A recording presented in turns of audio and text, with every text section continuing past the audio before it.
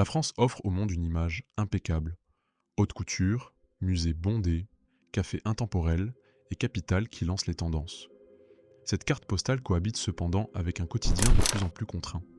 Le coût des biens de première nécessité n'a cessé d'augmenter ces dernières années, le logement est devenu prohibitif dans les grands centres, et le sentiment de précarité, celui de joindre les deux bouts, s'est installé parmi les classes moyennes, qui tenaient auparavant pour acquis un avenir stable.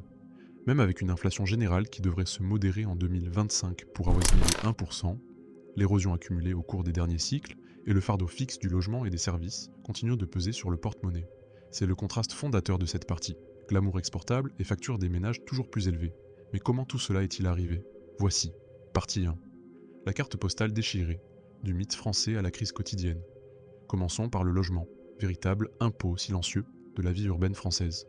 Paris reste l'une des capitales européennes les plus chères. Dans les principaux classements du coût de la vie, elle figure parmi les villes les plus chères, sans atteindre les extrêmes de la Suisse ou de Londres, mais avec des écarts qui, combinés au salaire moyen, augmentent régulièrement les dépenses des ménages.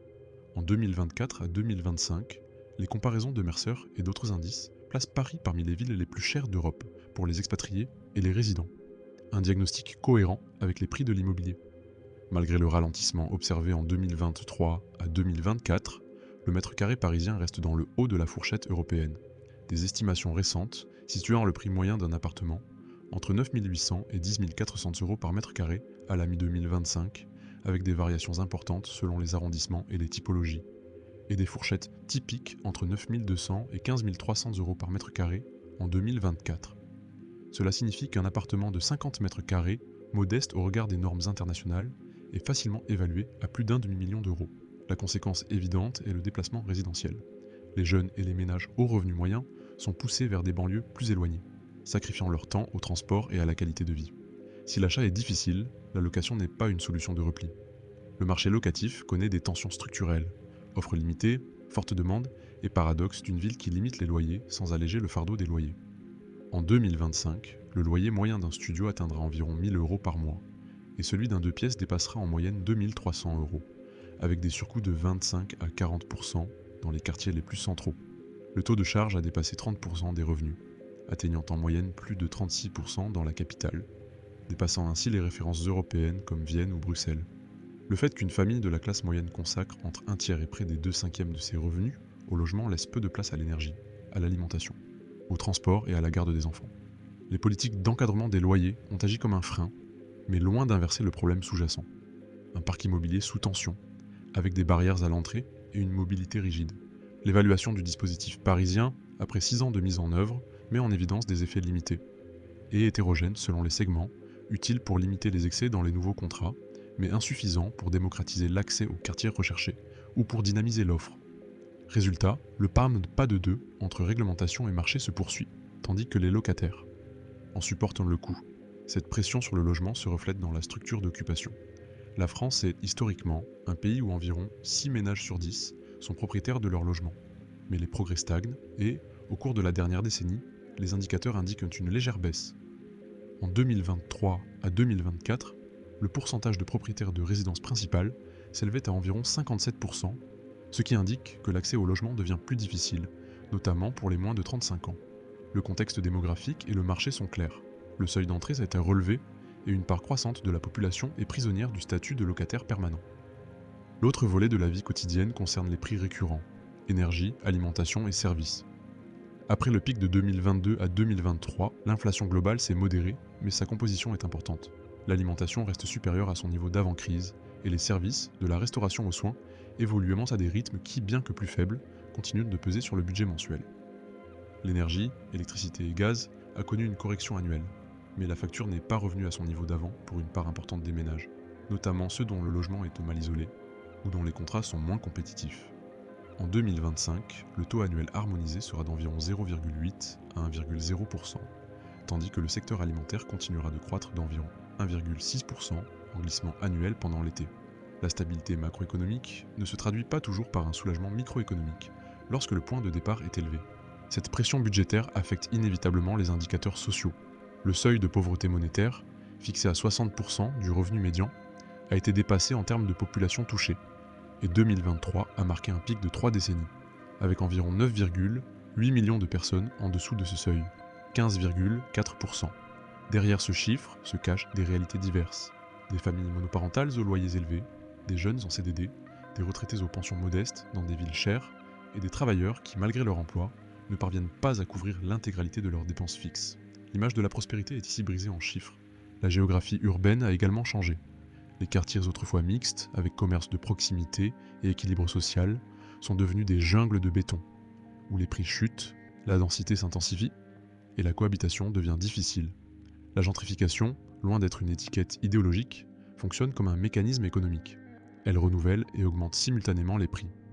Dans la première couronne métropolitaine, l'élargissement des périmètres de recherche signifie, pour des centaines de milliers de personnes, une heure de transport supplémentaire par jour.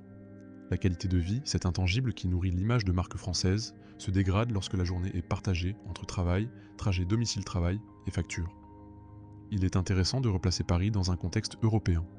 Comparé à Berlin, où le prix moyen de location oscille entre 5 500 et 5 750 € par mètre carré. Et plus pour le neuf, la capitale française double souvent le prix d'entrée. Comparé à Rome, où les quartiers sont très dispersés mais les prix moyens plus bas, Paris concurrence davantage Munich pour le prix premium que les capitales méditerranéennes. Cette asymétrie des prix, combinée à des salaires qui ne sont pas 2 fois supérieurs à ceux de l'Allemagne, explique pourquoi l'effort d'accès au logement en France est considérable, même pour les professionnels qualifiés. À cela s'ajoute la structure des dépenses des ménages. Les indicateurs des organisations internationales considèrent comme raisonnable une charge de logement inférieure à 30% du revenu et classent les cas supérieurs à 40% comme surchargés. En France, la proportion de locataires sur le marché libre dont le logement est surchargé dépasse la moyenne européenne. Et à Paris, comme nous l'avons vu, ce ratio moyen est nettement supérieur au seuil recommandé. Ce déséquilibre n'est pas seulement comptable, il affecte la natalité, la mobilité professionnelle, l'épargne et la santé mentale. L'inflation, encore faible aujourd'hui dans son ensemble, a laissé des traces.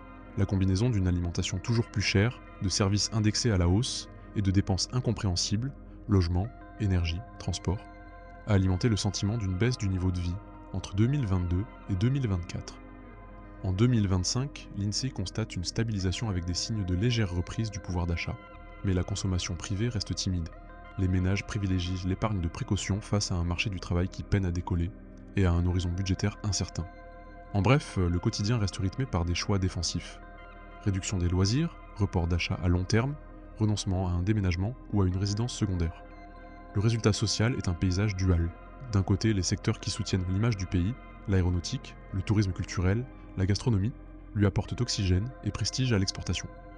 De l'autre, les tensions internes liées aux factures, aux loyers et aux bas salaires, oxydant la confiance, exacerbent le mécontentement et s'infiltrent dans le débat public. Les exceptions françaises, ce mélange d'état protecteur et de vitalité culturelle, est aujourd'hui confronté à des questions matérielles. Qui peut s'offrir Paris ? Quel projet de vie peut-on imaginer dans 40 mètres carrés à des prix de luxe ? Combien vaut réellement le billet d'entrée dans la ville la plus photographiée de la planète ? La carte postale, finalement, ne disparaît pas. Elle se fragmente. Il existe encore des musées, des boutiques de mode et des cafés, mais leur accès se restreint et les moyens de subsistance quotidiens deviennent plus chers. Une partie de la population se tourne vers la périphérie et le budget avec la même angoisse. Vers les premiers, car elle ne veut pas partir. Vers les seconds, car elle n'en a plus les moyens. Ainsi, sous le charme du glamour, une question dérangeante se pose, ouvrant les parties suivantes de ce scénario. Si la vie quotidienne est devenue si pénible, qu'est-ce qui, derrière, dette, politique, migration, empêche le pays d'alléger son fardeau ? Ici s'achève la radiographie intérieure. Dans la deuxième partie, nous nous pencherons sur le fonctionnement de l'État et ses tensions. Si cet aperçu de la vie quotidienne française vous a été révélateur, n'hésitez pas à nous soutenir avec un j'aime et à vous abonner. Ainsi, vous pourrez continuer à découvrir ce qui se cache derrière la carte postale que nous croyons tous connaître. On continue. Partie 2. Le pays fracturé, dette, politique et migration. Commençons par l'arithmétique, dette et déficit. La comptabilité n'admet pas les euphémismes. Selon l'INSEE, le déficit public a atteint 5,8% du PIB en 2024, soit 169,6 milliards d'euros, dépassant ainsi les 5,4% de 2023 et loin du seuil de 3% fixé par les règles européennes. Les dépenses ont une nouvelle fois diminué. Avec un déficit tombant à 57,1% du PIB et une charge budgétaire en légère baisse à 42,8%, le déséquilibre non seulement n'a pas été comblé, mais s'est creusé. La conséquence la plus immédiate a été l'activisme communautaire. Le Conseil de l'UE a ouvert la procédure concernant les déficits excessifs, en juillet 2024 et dès janvier 2025, a recommandé à la France de suivre une trajectoire extrêmement stricte de maîtrise des dépenses nettes. Croissance maximale de 0,8% en 2025 et de 1,2% jusqu'en 2035-2028, avec l'objectif formel de corriger l'excès avant 2029. Il s'agit d'un carcan qui conditionne tous les postes, santé, éducation, investissement, retraite. Le FMI, dans son article 4 de juillet 2025, prévoit que le déficit pourrait tomber à 5,4% cette année si des mesures crédibles sont mises en œuvre. Malgré cela, la dette serait proche de 116,5% du PIB. Et les données du printemps et de l'été situant déjà ce ratio autour de 114% à 114,0%, un niveau élevé pour un émetteur souverain central de l'euro. Ce carcan budgétaire survient au pire moment politique. Après la dissolution de 2024, l'Assemblée a été fracturée et le gouvernement est entravé par des minorités fragiles. La chute du Premier ministre François Bayrou le 8 septembre 2025, battu par 364 voix contre 194 lors d'un vote de confiance qu'il a lui-même imposé, a cristallisé cette ingouvernabilité, une opposition multipartite, un programme d'ajustement impopulaire et un Élysée contraint de nommer un nouveau chef de gouvernement en quelques jours. Le message que reçoit le citoyen est moins technique et plus émotionnel. Sans majorité, pas de décision. Sans décision, pas de solution aux problèmes quotidiens. Et la rue, historiquement active en France, réagit. Mais cette fracture ne peut être comprise sans remonter à 2023, lorsque l'exécutif a relevé l'âge légal de départ à la retraite de 62 à 64 ans par décret. Par l'article 49.3, cette décision, adoptée pour stabiliser à moyen terme un système de retraite par répartition, mise à rude épreuve par la démographie, a laissé de profondes blessures politiques, grève générale, montagne d'ordures à Paris, embouteillage dans les transports et 2 motions de censure rejetées par seulement 9 voix. Cette victoire parlementaire a été, en pratique, une défaite de légitimité. Le coup de gouverner sans vote est resté gravé dans la mémoire collective, et le gouvernement a entamé les années suivantes avec un déficit de crédit politique. Ce capital perdu pèse désormais autant que les points de dette sur les marchés. Dès lors, le cercle vicieux est devenu visible. L'urgence budgétaire qui exige des économies qui exigent des réformes qui, sans majorité, sont adoptées par la procédure, ou pas du tout. Et chaque raccourci renforce les troubles sociaux, ce qui à son tour réduit la marge de manœuvre politique pour le prochain ajustement. En toile de fond, un calendrier européen inflexible, la Commission et le Conseil ont fixé des lignes rouges quantitatives, le plafond de croissance nette des dépenses, et des délais de mise en conformité. Ce n'est pas parce que la France est trop grande pour faire faillite qu'elle manque de discipline. C'est pourquoi une partie du débat à Paris n'est plus de savoir s'il faut réduire les dépenses, mais comment et où. Consolidation à froid. Dépenses ou à chaud. Recettes, universelles ou sélectives, progressives ou accélérées. Chaque option a des perdants visibles, et la France a tendance à les rendre visibles dans la rue. Les manifestations et les grèves ne sont pas un accident. Elles sont un mode de négociation sociale. L'histoire du travail en France a consolidé un ADN du conflit, qui, sans être unique en Europe, reste supérieur à la moyenne en fréquence et en intensité. Lorsque la réforme des retraites a brisé un consensus précaire, des syndicats forts, des secteurs publics stratégiques et une culture de la mobilisation ont convergé, servant à la fois de soupape démocratique et de frein aux politiques impopulaires. Le paysage post-2024 l'a une fois de plus démontré. Grève sectorielle, blocage spécifique et une citoyenneté qui a intériorisé la protestation comme un outil légitime pour modifier des décisions perçues comme opaques ou injustes. La perception internationale oscille entre admiration pour la vitalité civique et inquiétude quant à la prévisibilité réglementaire. Parallèlement, et comme troisième aspect, le débat sur les migrations, la sécurité et l'intégration a été réactivé. Il est important de distinguer rigoureusement 3 aspects souvent confondus dans le discours. Les flux réguliers, visas, travail, famille, étudiants, les demandes d'asile et la population en situation administrative irrégulière, les sans-papiers. Dans les circuits réguliers, l'année 2024 s'est clôturée sur une forte augmentation des visas, notamment ceux en provenance de Chine, indicateur de la normalisation post-pandémie, tandis que les demandes d'asile ont diminué de 5,7% en raison d'une diminution des procédures Dublin, avec une augmentation des filières ordinaires et accélérées. Ce tableau réfute l'idée de portes ouvertes incontrôlées. Les flux légaux sont documentés et les taux de rejet sont importants. La zone grise, et politiquement la plus inflammable, est l'irrégularité. Il n'existe pas de recensement des sans-papiers, mais plusieurs références permettent d'établir un ordre de grandeur à l'étude. Les rapports et la couverture médiatique spécialisée font état d'une estimation d'environ 450 000 personnes en situation irrégulière en 2023, un chiffre attribué à la Cour des comptes et réitéré en 2025 par les médias spécialisés dans les migrations. L'estimation alternative pour les bénéficiaires de l'AME, aide médicale d'État, était d'environ 439 000 à la mi-2023, sachant que tous les bénéficiaires ne sont pas nécessairement en situation irrégulière et que toutes les personnes en situation irrégulière n'ont pas accès à l'AME, soit une fourchette de plusieurs centaines de milliers, loin des chiffres alarmistes de plusieurs millions de dollars, mais suffisamment élevés pour mettre à rude épreuve les services et alimenter l'anxiété identitaire dans les quartiers vulnérables. Les régularisations formelles se sont élevées à environ 31 000 en 2024, 10%, tandis que les expulsions administratives ont augmenté de 26 à 27%, signe d'une évolution plus restrictive en 2024 à 2025. Par ailleurs, en 2025, le gouvernement a testé un dispositif de régularisation sélectif pour les travailleurs des secteurs en pénurie, selon des critères spécifiques et discrétionnaires, cherchant à concilier contrôle et impératif économique. Le signal politique est double. D'une part, un durcissement du discours et du dispositif d'expulsion. D'autre part, un réalisme du travail face à des niches en pénurie de main-d'œuvre. En pratique, la mise en œuvre oscille entre des créneaux saturés, une jurisprudence changeante et un patchwork de préfectures appliquant l'esprit de la règle avec plus ou moins de zèle. La France ne fait pas exception en Europe, elle est simplement plus visible. La sécurité ajoute du bruit et de la tension au débat.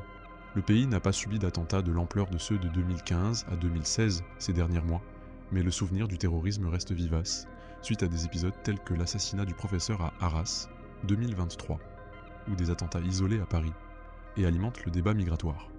À cela s'ajoute la violence liée au trafic de drogue, concentrée dans des couloirs spécifiques.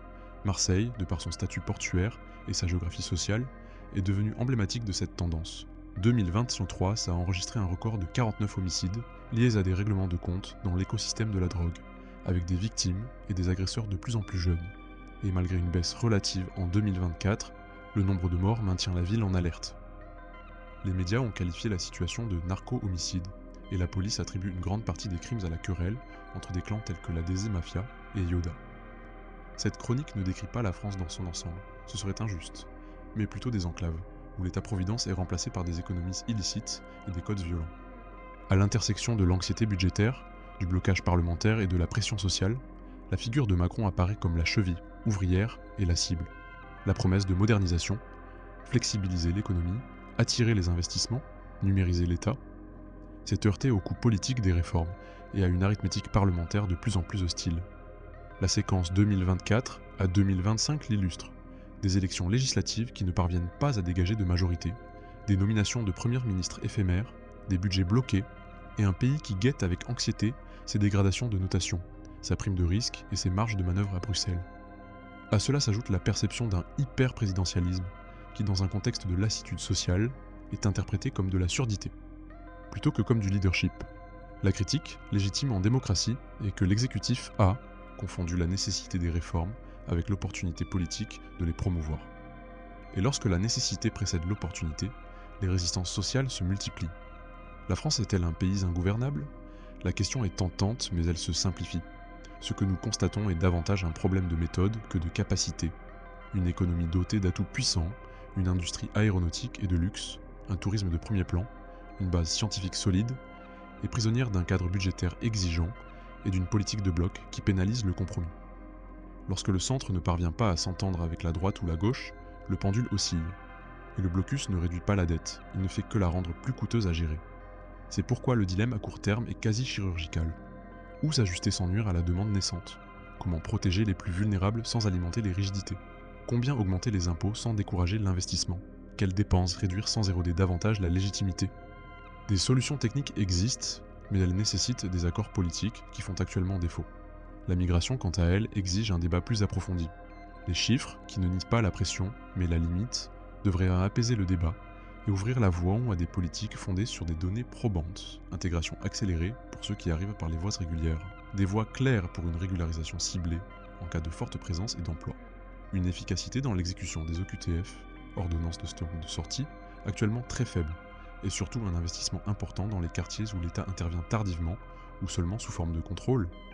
Ce n'est pas de l'idéalisme. Chaque euro investi dans l'intégration précoce et la réforme administrative permet de réaliser des économies et les chocs ultérieurs. La France a adopté 118 lois sur l'immigration depuis 1945.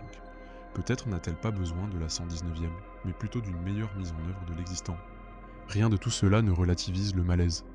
Cela le cadre.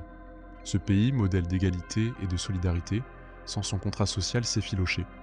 Des impôts élevés qui ne garantissent pas la tranquillité d'esprit, des services publics perçus comme plus lents et un sentiment d'insécurité, matérielle et symbolique, qui se faufile entre les mailles du filet. D'où la puissance des discours extrémistes, à droite comme à gauche, lorsque le centre n'offre ni récit, ni résultat, l'épopée de l'ordre ou du tout pour tous gagne des adeptes. Mais la France a surmonté des crises majeures, et sa vitalité civique, celle-là même qui inquiète aujourd'hui, est aussi une réserve d'énergie démocratique. Qu'en pensez-vous ? La France est-elle un pays ingouvernable ou une démocratie en tension permanente ? Laissez-nous votre commentaire, car votre point de vue enrichit ce débat. Partie 3. L'horizon incertain. Jeunesse, santé et bonheur perdu. Les tensions économiques et politiques finissent inévitablement par se répercuter sur la vie des gens. La fracture française se mesure ici à l'aune de thermomètres humains. L'attente plus longue pour trouver un médecin, l'incertitude d'un premier emploi, le découragement d'une génération qui a l'impression de travailler plus pour gagner moins, et un bien-être subjectif qui ne reflète plus le prestige du pays. Si la carte postale française étincelait au Louvre, le verso montre les couloirs des urgences, les CV sans réponse et la lassitude intime d'une société autrefois modèle d'égalité et qui doute aujourd'hui de son propre contrat social. Commençons par la santé, source traditionnelle de fierté nationale. La France conserve une couverture santé complète, des professionnels de haut niveau et des centres de soins de premier plan. Cependant, l'accès s'est sensiblement dégradé. La géographie des déserts médicaux, zone où il est très difficile d'obtenir un rendez-vous ou de trouver un médecin traitant, s'est étendue. Une commune sur 3 est désormais classée désertique, et entre 6 et 8 millions de personnes sont confrontées à des obstacles récurrents pour se faire soigner. Le gouvernement lui-même en reconnaît l'ampleur. En 2024, environ 6 millions de Français étaient sans médecin traitant, et 87% du territoire était considéré comme désertique, ce qui a conduit à des plans spécifiques et à l'identification de 151 zones rouges à renforcer dès septembre 2025. Ces statistiques glaciales témoignent d'un changement d'air. Le problème n'est plus ponctuel, il est devenu structurel. Ce manque d'accès a des conséquences cliniques et sociales. Les patients chroniques interrompent leur suivi, les familles passent des heures à se déplacer pour une consultation de base, et la chaîne des urgences est saturée, prenant en charge ce que la médecine de ville ne peut pas atteindre. Bien que des signes d'amélioration soient observés dans les groupes critiques, comme la diminution du pourcentage de patients atteints d'affections de longue durée sans médecin traitant, la situation générale reste tendue. Les raisons sont bien connues, les départs massifs à la retraite en médecine générale, la répartition territoriale inégale, l'attrait des spécialistes vers les grands centres urbains et les bureaucraties qui les découragent de s'installer en zone rurale. Les mesures annoncées, incitation, coopération entre professionnels, réorganisation des gardes, seront aussi efficaces que leur mise en œuvre locale le permettra. Les jeunes supportent l'autre moitié du fardeau. En 2024, le chômage des 15 à 24 ans s'élevait en moyenne à 18,8%, un taux bien supérieur à celui de la population générale et de partenaires comme l'Allemagne, qui a clôturé l'année à environ 3,6% avec le même ratio, Eurostat, mais inférieur à celui de pays présentant des taux structurellement élevés comme l'Espagne. Au-delà des chiffres, le problème est qualitatif. Entrée tardive et précaire sur le marché du travail, parcours de stage et contrastes temporaires qui s'enchaînent, loyers qui engloutissent les salaires de départ et sentiment d'un jeu aux règles truquées qui érode la confiance. En termes macroéconomiques, le chômage total avoisinait 7,3% fin 2024. En termes de vie, trop de jeunes ont le sentiment que l'ascenseur social ne les atteint plus. Cette précarité de l'emploi se conjugue avec la pauvreté. 2023 a laissé un chiffre inquiétant. 9,8 millions de personnes vivent sous le seuil de pauvreté monétaire, 15,4%, le niveau le plus élevé depuis 3 décennies. Ce chiffre n'est pas simplement un héritage statistique de l'inflation. Il est alimenté par la combinaison de salaires de départ modestes, de loyers élevés et de transferts publics qui ne sont pas toujours actualisés rapidement et avec le ciblage nécessaire. Pour un jeune ménage, la marge de manœuvre se réduit. Épargne réduite, consommation durable réduite, probabilité d'accession à la propriété réduite. La démographie, dans un pays qui aspire à maintenir son système social grâce à une main-d'œuvre diversifiée, est mise à mal. Si l'économie et les soins de santé façonnent la structure, le bien-être subjectif en est le pouls. La France continue de ne présenter ni l'un ni l'autre. Des niveaux raisonnables de satisfaction de vie en perspective. À l'échelle internationale, dans le rapport mondial sur le bonheur 2024, son score global était d'environ 6,59. La tendance est toutefois à la baisse d'une année sur l'autre, et surtout la perception interne n'est pas cohérente. Les baromètres montrent une érosion par rapport à 2014, et bien que des enquêtes récentes indiquent que près de 7 Français sur 10 se déclarent heureux, le discours public est devenu sombre. Il ne s'agit pas d'une contradiction, mais d'une nuance. Le pays n'est pas malheureux. Par décret, c'est une société fatiguée, consciente de la dégradation de certains piliers et de la difficulté de les améliorer rapidement. Santé, emploi et sentiment social convergent dans les déplacements quotidiens. Pour un jeune de périphérie, obtenir un rendez-vous médical signifie parfois prendre 2 bus, manquer des cours ou un rendez-vous, et attendre dans des parkings numériques qui expulsent ceux qui n'ont ni le temps ni les compétences. Pour une mère célibataire vivant dans un appartement de 45 mètres carrés, le problème n'est pas abstrait. S'il n'y a pas de pédiatre à proximité et que la crèche est incompatible avec un contrat précaire, la décision de rester ou de quitter un emploi n'est plus économique, mais existentielle. Pour un professionnel qualifié qui gagne bien sur le papier, la question est de savoir pourquoi, après impôts, loyer et transport, son projet de vie semble plus restreint que celui de ses parents. La fracture est avant tout la somme de petites frictions qui, combinées, transforment un pays. Le miroir européen offre un contraste. La France se distingue par sa grande économie, dotée d'un tissu industriel puissant et de services publics étendus. Mais sur certains indicateurs clés, elle est à la traîne par rapport à des pairs qu'elle méprisait autrefois. L'Allemagne, malgré tous ses problèmes, maintient un taux de chômage des jeunes très bas. L'Espagne, avec un chômage des jeunes toujours élevé, a enregistré des baisses significatives. Et son marché du travail a connu une amélioration de la stabilité suite aux récentes réformes. L'Italie, malgré sa dette, subit moins de pression visible que la France pour accéder à un médecin généraliste en raison de la conception même de sa couverture territoriale, malgré d'autres lacunes. Il ne s'agit pas de décerner des médailles, mais plutôt de constater que le critère de référence n'est plus univoque. En matière d'accès effectif aux soins primaires et aux professionnels de la famille, la France a un problème plus important que la moyenne de l'UE. En matière de bien-être subjectif, son score stagne, tandis que d'autres pays gagnent quelques dixièmes de points. En matière d'emploi des jeunes, l'écart avec les meilleurs d'Europe reste douloureux. D'où vient cette situation ? Elle est en grande partie due à une inertie qui se renforce elle-même. Les restrictions budgétaires limitent l'embauche de personnel soignant ou la création de postes attractifs dans les zones à forte pression. Le sentiment d'impasse politique entrave les réformes organisationnelles qui nécessitent des accords stables. La précarité de l'entrée sur le marché du travail et le coût du logement anéantissent les grandes promesses de contenu. Étudier, travailler, fonder une famille et progresser. Lorsque les échelons sont plus larges que la foulée des jeunes, la fuite, internationale ou sectorielle, et la désaffection apparaissent. Il ne s'agit pas d'une défaite culturelle, mais d'un problème de conception institutionnelle. Comment rendre l'État social accessible et digne de confiance à ceux qui débutent ? La réponse n'est pas mystique. Il existe des mesures concrètes, bien connues des experts, et des administrations dont l'efficacité repose sur la méthode et la continuité. Dans le domaine de la santé, accroître la capillarité des soins primaires, équipes pluridisciplinaires, pharmaciens et infirmiers de pratique avancée, télémédecine avec couverture garantie et sans fracture numérique. Améliorer les incitations pour les établissements ruraux avec la logistique et les logements sociaux associés. Renforcer la coordination entre les hôpitaux et la médecine de famille afin d'éviter les orientations par saturation. Dans le domaine de l'emploi des jeunes, une formation professionnelle en alternance à grande échelle et non sous forme de programme pilote, des incitations à la première embauche, qui récompensent la permanence et la formation, et non le turnover, et une politique de logement des jeunes qui ne soit pas symbolique. Des parcs locatifs abordables à proximité des pôles d'emploi et de transport, avec des places réservées et des règles simples. En matière de bien-être subjectif, des politiques urbaines qui réduisent les temps de trajet, l'accès aux espaces verts, une culture de proximité et des soins de santé mentale dans les écoles et les entreprises. Il ne s'agit pas de cosmétique, mais de prévention et de productivité. La société française, forte de son civisme, teste déjà des réponses ascendantes.